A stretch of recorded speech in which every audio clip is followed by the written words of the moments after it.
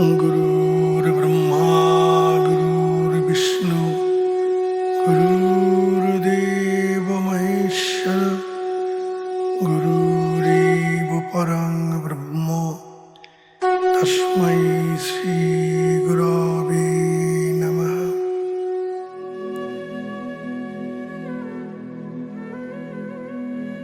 परम করুণাময় গুরুদেবের নামে পাঠ শুরু করছি।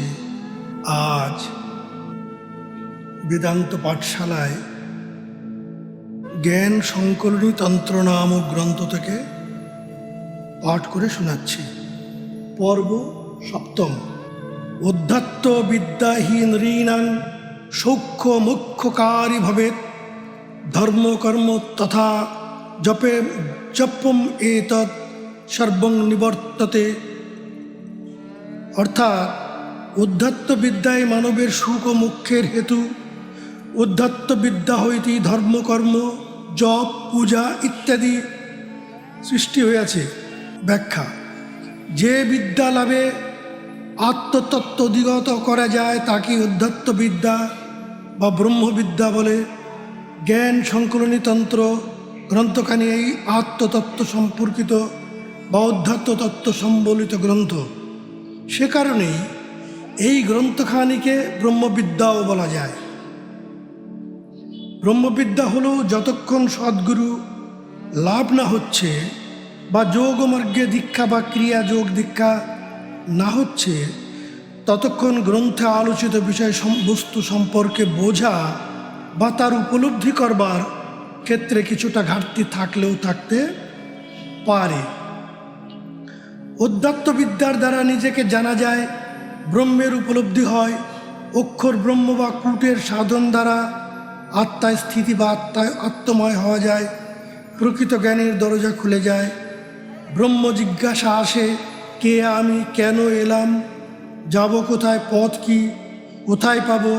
মায়ার জগতে প্রপঞ্চীকৃত কামনা বাসনা হাত থেকে মুক্তির উপায় কি, জন্ম মৃত্যুর গতায়াত কীভাবে রোধ করা যায়, কিভাবে আত্মাকে জানা যায়, সংসার কি, মোক্ষ কি ইত্যাদি বহু প্রকার প্রশ্ন থেকে যে একটা মাত্র উত্তর আসে, আত্মানাং বিদ্ধি, আত্মাকে জানো, তোমাকে জানিলেই সব জানা, সব কর্মের শেষ, সব বাহ্য অনুষ্ঠানের শেষ।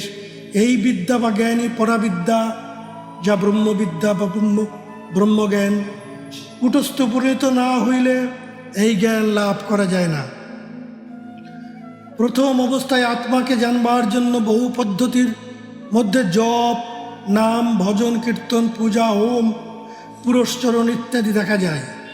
এই সকল বাহ্য অনুষ্ঠানের সোপান বেয়ে কালে প্রকৃত তত্ত্ব উপলব্ধি করা যায়। বাহ্য সাধনের প্রয়োজন আছে ততটুকুই, যতক্ষণ অধ্যাত্ম বিদ্যা বা আত্মবিদ্যার অধিকারী না হওয়া যায়। আত্মাকে জানলেই দেহ এবং দেহীও আলাদা এই জ্ঞান হয়। দৈববাণী বা অশরীরী বাণী শোনা যায়। এই শ্রুতি অপৌরুষেয় শ্রুতি শাস্ত্র, যা কিনা ঋষি প্রদত্ত জ্ঞান ভাণ্ডার। পূর্ব শ্লোকে মহেশ্বর তাই বলেছেন, যতক্ষণ এই চতুর্দশ বিদ্যার জ্ঞান লাভ না হচ্ছে ততক্ষণ ব্রহ্মবিদ্যার অধিকার হয় না। অপৌরুষেয় বাণী শোনা যায়। তত্ত্বম অসি, অর্থাৎ তত্ত্বম অসি, তুমি সেই আত্মায় আত্মময় হয়ে আত্মার অধিষ্ঠিত হও। আত্মবিদ্যা সুখ ও মোক্ষকারক। সুখ কথাটা খুবই স্পর্শকাতর। কার যে কিসে সুখ সেটা সে নিজেই বোঝে না। সে অর্থে ভালোভাবে বা প্রকৃষ্ট রূপে, খ অর্থে আকাশ, সু অর্থে ভালোভাবে বা প্রকৃষ্ট রূপে, খ অর্থে আকাশ বা শূন্য, অর্থাৎ মনের নিরালম্বভাবে স্থিতি। চিন্তা ও নিদ্রা বিবর্জিত অবস্থায় জ্যোতিতে মন স্থাপন করে বুধ হয়ে বসে থাকা, এটাই প্রকৃত সুখ। এভাবে অবস্থান করতে করতে তৎসহ সাধনটি চালিয়ে গেলেই মোক্ষের পথে অগ্রসর হওয়া যায়। সুখের বিপরীতই দুঃখ। দুঃখ অর্থে মনের শূন্য অবস্থা থেকে দূরে থাকাটাই দুঃখ। আমরা কি করি? জাগতিক অনাত্ম বস্তুতে আত্মবোধ করে স্বীয় কর্মের দ্বারা একটা পরিমণ্ডল তৈরি করে তাতেই অবস্থান করি। স্বীয়কৃত পরিমণ্ডল বিনাশশীল ও পরিণামী এবং তৎকৃত কর্মজনিত ফলের দ্বারাই বারবার জন্মগ্রহণ করে দুঃখের বোঝা বহন করি বা জাগতিক ভোগ সুখের মধ্যে নিজেদের ভাসিয়ে দিই, যা কিনা ঈশ্বর থেকে দূরে রেখে দেয়। দুঃখ আমাদের দহন করে, প্রারব্ধ ক্ষয় করে, ঈশ্বরমুখী করে, ভগবানের দিকে এক এক ধাপ করে এগিয়ে নিয়ে যায়। বহু চাইতে চাইতে চাওয়া শেষ হয় না। চাওয়ার সাথে পাওয়ার সম্পর্ক ঠিক কি? ঠিক না হলেই দুঃখ। বড় বিচিত্র ভগবানের এই সংসার। আত্মায় অবস্থান করা অর্থাৎ আত্মার সাথে সর্বদা যোগযুক্ত হওয়াই প্রকৃত সুখ। গীতায় ভগবান বলেছেন, যুক্তাহার বিহারস্য যুক্ত চেষ্টস্য কর্মসু ইত্যাদি। পার্থিব বিষয়ে যা কিছু পাওয়ার জন্য আমরা কত মানত করি, বাসনা কামনাকে আশ্রয় করে পূজা দিই, সংসারে ত্রিতাপ জ্বালা বা মানসিক কোনো আঘাতের জন্য ঘটি ঘটি কাঁদি। আমরা কি বলি, হে ঈশ্বর, তোমার বিভূতি, তোমার শক্তি, অষ্টসিদ্ধি, ঐশ্বর্য এসব খেলনা দিয়ে ভুলিয়ে রেখো না, আমাকে শুধু তোমাকে দাও, তোমার অভয় ব্রহ্মপদ দাও। বহুকাল বাড়ি ছেড়ে আমরা এসেছি, ফিরে যাওয়ার পথ পাচ্ছি না। সংসার জঙ্গলে পথ হারা ইন্দ্রিয় রিপু হিংস্র জন্তুগণ সব সময় আমাদের আক্রমণ করছে। বহু বিষ ফল সংগ্রহ করে আঁচল ভরেছি, তোমার অমৃত ফলের সন্ধান আমরা পাই নাই। সাধক অমৃত ফলই অভয়পদ বা ব্রহ্মপদ। গীতার মতে ঈশা ব্রহ্মস্থিতি। এই ব্রহ্মস্থিতি হলে বাহ্য জপ, পূজা, হোম ইত্যাদি সমস্তই তিরস্কৃত হয়। বিবাহের পূর্বে গলায় গায়ে হলুদ মাখতে হয়। প্রপঞ্চময় জগৎ রূপ সংসারের সমুদ্রে নামার আগে হলুদ মাখলে কামনা, বাসনা, ইন্দ্রিয় ভোগ, সুখ রূপ কুমারী আপনাকে আক্রমণ করতে পারে না। হলুদ বলতে কুটস্থস্থিত সোনালি হলদে জ্যোতি কথাই বলা হয়েছে। কুটে মন ডেকে সংসার করলে 24 তত্ত্বরূপে কুমারী আপনাকে বাগে আনতে পারবে না। হলুদ সুতা সহ কিছু দুর্বা হাতে বাঁধা হয়। দুর্বার কণা মাত্র থাকলে আবার গজাবে। বাসনার আঁশ থাকলেই নতুন নতুন বাসনার সৃষ্টি হবে। তাই সুতা দিয়ে বেঁধে রাখা হয়েছে। সবচেয়ে বড় ত্যাগ কি বলুন তো? ইচ্ছা ত্যাগই সবচাইতে বড় ত্যাগ। ইচ্ছার নাশ হলে মনের দৌড়ানো বন্ধ হয়ে যায়। যার মনে কোনো ইচ্ছা প্রতিফলিত হয় না, তার কোনো সংস্কার সৃষ্টি হয় না। সামান্যতম ইচ্ছা অর্থাৎ জাগতিক ইচ্ছা থাকলেই কারণ শরীরের রেকর্ডিং হয় গুপ্তভাবে। বিচিত্র বা রেকর্ডিং হয় বলেই চিত্রগুপ্ত। তার গান বাজানোর জন্য আবার জন্ম নিতে হবে। স্কুলে ভর্তি, মাধ্যমিক পাস বা ফেল, চাকরি, দরখাস্ত, আরও কত কিছু। আবার সংসার হবে, আবার কোনো রকম কর্মবন্ধনে আটকে যাবেন।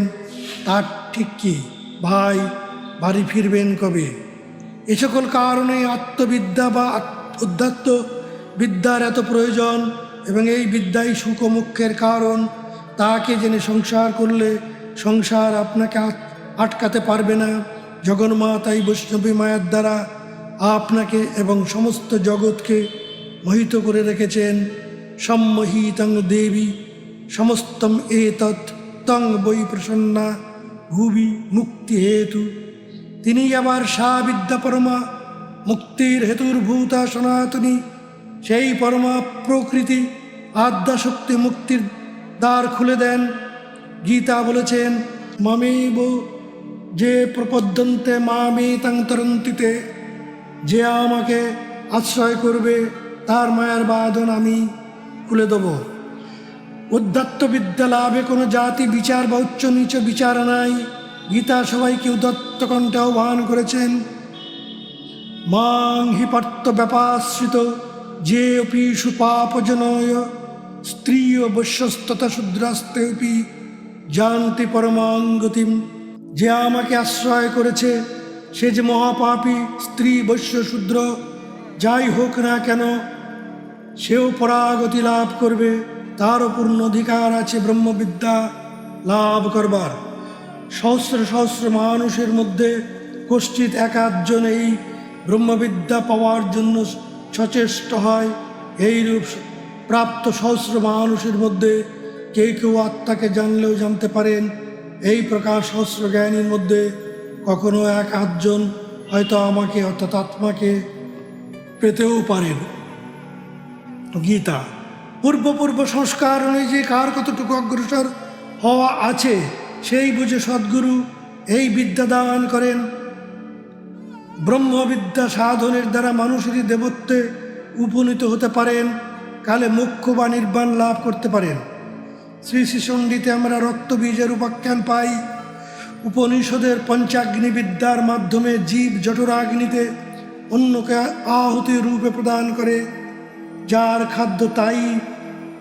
যা খাদ্য তাই তার অন্ন থেকে প্রাপ্ত ধাতুর সৃষ্টি হয়, সপ্ত ধাতুর সৃষ্টি হয়।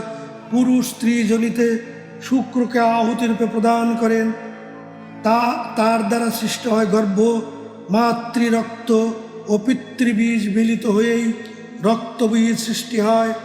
পার্থিব ঐন্দ্রিয় বিকারে সুরত্ব থেকে দূরে আছি বলেই আমরা অসুরে পরিণত হয়েছি। জগন মাতা চামুণ্ডা রূপে তার জিহ্বা প্রসারিত করেছেন, যাতে করে রক্তবীজের আর জন্ম না হয়। অসুরত্ব থেকে মুক্তি লাভ করে সুরত্ব উপনীত হতে পারা যায়। তাই মহাত্মা কবির বলেছেন, ऐसा मरना कोई ना मरे जो फिर ना मरना হই। অধ্যাত্ম বিদ্যা লাভে জাগতিক ভোগৈশ্বর্য হবে না, কিন্তু পরমৈশ্বর্য লাভ করতে পারবে। কাষ্ঠ মধ্যে যথা বহ্নি পুষ্পগন্ধ পায়মৃতম দেহ মধ্যে তথা দেব পুণ্য পাপ বিবর্জিত। অনুবাদ। অগ্নির অবস্থান কাষ্ঠ মধ্যে, পুষ্প যেমন গন্ধ, দুগ্ধে যেমন অমৃত, সেই রূপ দেহ মধ্যে পাপ ও পুণ্য বর্জিত অবস্থা আত্মা অবস্থান করিতেছেন। ব্যাখ্যা। আচার্য রামানুজ এক সন্ধ্যায় তার শিষ্যকে আদেশ করলেন, রসোই ঘর থেকে একটু আগুন নিয়ে এসো। কিছুক্ষণ পরে শিষ্য একখানা জ্বলন্ত কাষ্ঠখণ্ড নিয়ে এলেন। গুরুদেব বললেন, আমি জ্বলন্ত কাষ্ঠখণ্ড আনতে বলি নাই, আগুন আনতে বলেছিলাম। শিষ্যের অপ্রস্তুত অবস্থা দেখে গুরুদেব তখন বললেন, শক্তি অনন্ত, তার প্রকাশ অনন্ত। একই শক্তি আধার হেতু তারতম্য হয়, তার নামও ভিন্ন ভিন্ন হয়। অগ্নির দায়িকা শক্তিকে বাদ দিলে অগ্নির অস্তিত্ব থাকে না। সুতরাং দায়িকা শক্তি প্রকাশের মাধ্যমে কাষ্ঠখণ্ড, ফুলের আকর্ষণ তার গন্ধে ও সৌন্দর্য গন্ধ বাদ দিলে ফুল আদরণীয় হবে কি? গন্ধ শক্তি প্রকাশের মাধ্যম ফুল। দুগ্ধে নবনীত প্রচ্ছন্ন অবস্থায় আছে মাখন, ক্ষীর, ছানা, পুষ্টি সবই দুধের মধ্যে নিহিত। প্রক্রিয়া ভেদে এই অমৃত লাভ করতে হয়। সূর্যের কিরণ, চন্দ্রের সুষমা এক অন্য থেকে পৃথক হতে পারে না। এককে বাদ দিলে অন্যের অস্তিত্ব থাকে না।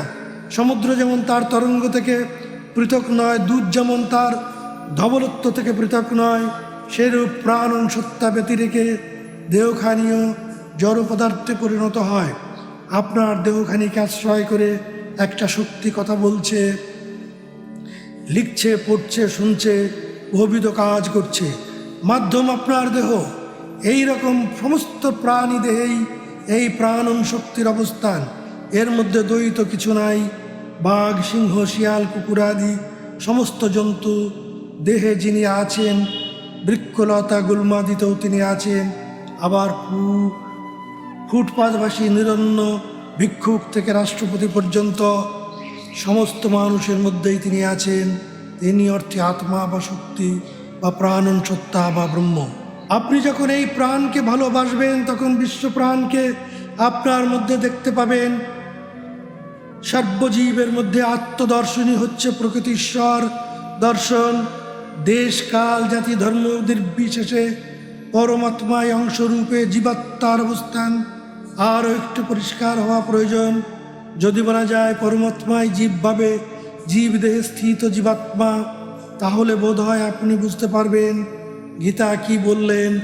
মামি বাংশ জীবলোকে জীবভূতা সনাতন, অর্থাৎ সনাতন ব্রহ্মই ঘটস্থ হয়েছেন জীবাত্মা রূপে। দেহ মধ্যে স্থিত এই দেব অর্থাৎ আত্মা অবর্তমান হলেই আমাদের মৃত বলে ঘোষণা করা হয়। কেউ কবরে, কেউ শ্মশানে যায়। স্থূল জগতে আমাদের যে ভেদ জ্ঞান, অতীন্দ্রিয় জগতে সেই জ্ঞান থাকে না। আমাদের চামড়ার আবরণ, সম্প্রদায়ের বেড়াজাল যাই হোক না কেন, বায়ুরূপে বায়ুবী শক্তি দেহকে চিন্ময় করে রেখেছে। বায়ুবী শক্তি শ্বাস প্রশ্বাস বা জীবনী শক্তি বা প্রাণন শক্তি। সামান্য বাতাসের উপরে নির্ভর করেই আমরা গাড়ি, বাড়ি, প্ল্যান, এস্টিমেট কত কিছু করি। কখনো যে বাতাস লিক হয়ে যাবে আমরা কেউ জানি না। প্রশ্ন হতে পারে, পরমাত্মাই যদি জীবাত্মা হয়, দেহে অবস্থান করে থাকেন, তবে পাপ, পুণ্য, প্রারব্ধ, সংস্কার এইগুলি কি? আমাদের এগুলি ভোগই বা করতে হয় কেন? জগতের সমস্ত কাজই আমরা আমার মনে করি, অবিনশ্বর মনে করি। ভেবে দেখুন, একটু বাতাসের উপর নির্ভর করে অহংবোধের দ্বারা চালিত হচ্ছি। অহং থেকে সৃষ্ট অষ্টপাশ, অহং দ্বারা সৃষ্ট প্রারব্ধ, কামনা, বাসনা, এটাই জগৎবোধ, অর্থাৎ অনাত্ম বস্তুতে আত্মবোধ। অনাত্ম বস্তুই স্বরূপর সম্পন্ন। এই ক্ষণেই যদি শ্বাস বন্ধ হয়ে যায়, জাগতিক অনন্তৈশ্বর্য, তিনতলা বাড়ি, মারুতি গাড়ি, ব্যাংকের কড়ি, এমনকি এই দেহটাও, যাকে সাবান দিচ্ছি, সেন্ট মাখাচ্ছি, সবই পড়ে থাকবে। লাভের মধ্যে এই হবে কৃতকর্মের সূক্ষ্ম কামনা, বাসনা বা আসক্তি, যা কিনা কারণ দেহে রেকর্ডিং হয়ে আছে। তার রূপ পরিগ্রহ করতে আবার আসতে হবে। প্রকৃতি তাই মোহ ও মায়া দিয়ে ভুলিয়ে রাখছেন। তার মায়ায় মনের যে অহংবোধ, এটাই ভোগ করার জন্য জীবাত্মা রূপে আবার আপনি ফিরে আসবেন। প্রকৃতপক্ষে আত্মাই সর্বদা সাক্ষীভূত, তিনি পাপ ও পুণ্য বর্জিত। গীতায় পাওয়া যায়, ব্যথয়ন্তে পুরুষং, অর্থাৎ যাতায়াতে আত্মা কষ্ট পান। জাগতিক কর্মের দ্বারা বিক্ষিপ্ত বুদ্ধি বা মলিন বুদ্ধি যখন ব্যবসায়িক থেকে নির্মল বুদ্ধি স্বরূপ পরমেশ্বরের সাথে মিলিত হবে, তখনই কেবলমাত্র আসক্তি দূর হয়। এই মলিনতাই অবস্থা ক্রিয়া না করলে লাভ হয় না। যত প্রাণায়াম করবেন ততই মন স্থির হতে থাকবে এবং আসক্তি দূর হবে। এই অবস্থাক্রমে আপনাকে স্থিতপ্রজ্ঞ নিয়ে যাবে। স্থিতপ্রজ্ঞ অবস্থায় ব্রহ্মস্থিতি। এই অবস্থায় মন সর্বদাই নিরালম্ব ভাব অবস্থান করে। মনের দৌড়ানিতেই জগৎ, থেমে গেলেই মুক্তি। আত্মার কাছে ইন্দ্রিয় কোনো কর্ম পৌঁছায় না। সাধারণ চোখে যা দেখ, পাপ বা পুণ্য কোনো প্রভাবই আত্মায় স্থান পায় না। পার্থিব সমস্ত বিষয়ই পঞ্চতন্মাত্রার দ্বারা ও 24 তত্ত্ব দ্বারা ওতপ্রোতভাবে জড়িয়ে আছে। মন চঞ্চলীকৃত হয়ে ইন্দ্রিয়ের উপর প্রভাব বিস্তার করে বিষয় ভোগ করে। প্রাণ স্থির হলেই পরমাত্মা বা ব্রহ্ম উপাধি প্রাপ্ত হয়। আপনার বর্তমান মনটি খাদ ও পাইন মেশানো অলঙ্কার। খাদ ও পাইন বাদ দিলে পাকাশোনা অর্থাৎ নিশ্চল, অর্থাৎ দেহ মধ্যে তথা দেব, এই উপলব্ধি হবে। ভবকর্ণধার গুরুই নরাকৃতি পরব্রহ্ম, তিনি ব্রহ্মণ্যদেব পরমাত্মা। ব্রাহ্মীস্থিতিতে যাওয়ার নৌকায় তুলে নিয়েছেন এবং নিজেই হাল ধরে বসে আছেন। অনুকূল স্রোতে নৌকা চলছে। কর্মরূপে দ্বার আমাদেরই টানতে হবে, অর্থাৎ ক্রিয়া করতে হবে। যত জোরে দ্বার টানবেন, অর্থাৎ প্রাণায়াম করবেন, স্রোতের সাহায্য তত বেশি পাবেন। এখানে ধার বাকি নেই, নগদ করি। সাধন করুন, যেমনি সাধন হবে তেমনি স্থিরত্বে যাবেন। সাধন ধীর হলে নৌকাও ধীর চলবে। সদ্গুরু আপনার দেশ শক্তি সঞ্চয় করেন। উদ্বোধন করতে হয় নিজেকে, গুরু পথ দেখিয়ে দেন। চলতে হয় নিজেকে। দেহের শ্বাস প্রশ্বাস তিনি, প্রাণও তিনি, মনও তিনি। গুরুই এক দেহকে দিয়ে সব করাচ্ছেন, দেহে যে চিন্ময় সত্তা তাও গুরু। এইভাবে যদি প্রতিনিয়ত কাল্টিভেট করা যায় তাহলে দেখবেন গুরুর প্রতি অখণ্ড বিশ্বাস, প্রেম, ভালোবাসা আসবে, সাধনেও আনন্দ পাবেন, পরিণামে ব্রাহ্মী স্থিতি লাভ করবেন। এটাই ওঙ্কার, মন অন্তরাত্মা এবং প্রাণ পরমাত্মা। দেহটাকেই ব্রহ্মের সাকার বিগ্রহ বলা হয়েছে। দেহস্থিত চিন্ময় সত্তাই ব্রহ্ম বা গুরু বা দেব, কোনো ভেদ নেই। ব্রহ্ম ও ব্রহ্মময়ীতে কোনো ভেদ নেই। কাম এবং ক্রোধ রজগুণ থেকে জাত, রজগুণের প্রতীক লাল, তাই ব্রহ্মময়ীর চরণে কাম ও ক্রোধ স্বরূপ রক্ত জবা আমরা দিই। জগন্মাতা সন্তানের রজ তম নাশ করে সত্যগুণের পথে নিয়ে যান, ক্রিয়ার দ্বারা বুঝতে হয়। জয় গুরু, জয় গুরু, জয় যোগীরাজ, জয় যোগীরাজ।